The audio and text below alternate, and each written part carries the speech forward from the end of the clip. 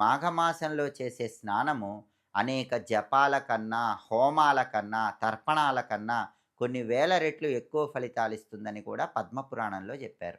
ఎందుకంటే అత్రి మహర్షి, అనసూయ మాఘమాసంలో ప్రయాగలో స్నానం చేసి లోకాలన్నిటికీ కరువు కాటకాలు పోగొట్టే తపశ్శక్తి పొందారని, దేవేంద్రుడి భార్య అయిన శచీదేవి కూడా 9 సంవత్సరాలు మాఘమాసంలో ప్రయాగలో స్నానం చేయటం వల్లే ఇంద్రుడి భార్య అయ్యిందని, అలాగే దేవతల తల్లి అయిన అదితి మాఘమాసంలో ప్రయాగలో 12 సంవత్సరాలు స్నానం చేయటం వల్లే ద్వాదశ ఆదిత్యులను పుత్రులుగా పొందిందని పద్మపురాణంలో చెప్పారు.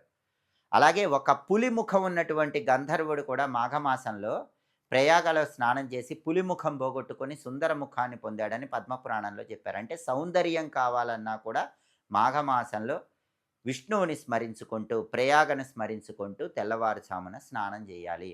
మార్కండేయుడి తల్లిదండ్రులు